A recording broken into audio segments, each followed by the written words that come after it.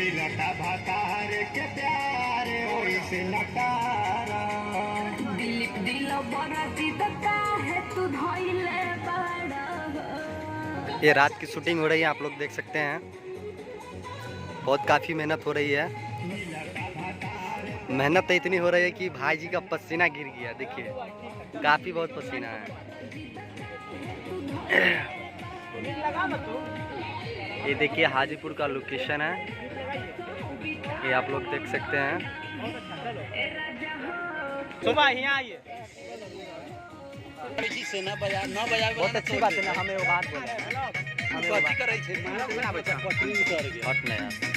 ये हमारे कैमरामैन हैं पप्पू भैया, देख सकते हैं। हॉट नरे फुल जा रही है। ये हारमोनियम है। रेडी है। एक ही जगह खड़ा होकर ये रात की शूटिंग हो रही है। ये आप लोग देख सकते हैं। देखिए कैमरा में कैसे हो रहा है शूटिंग।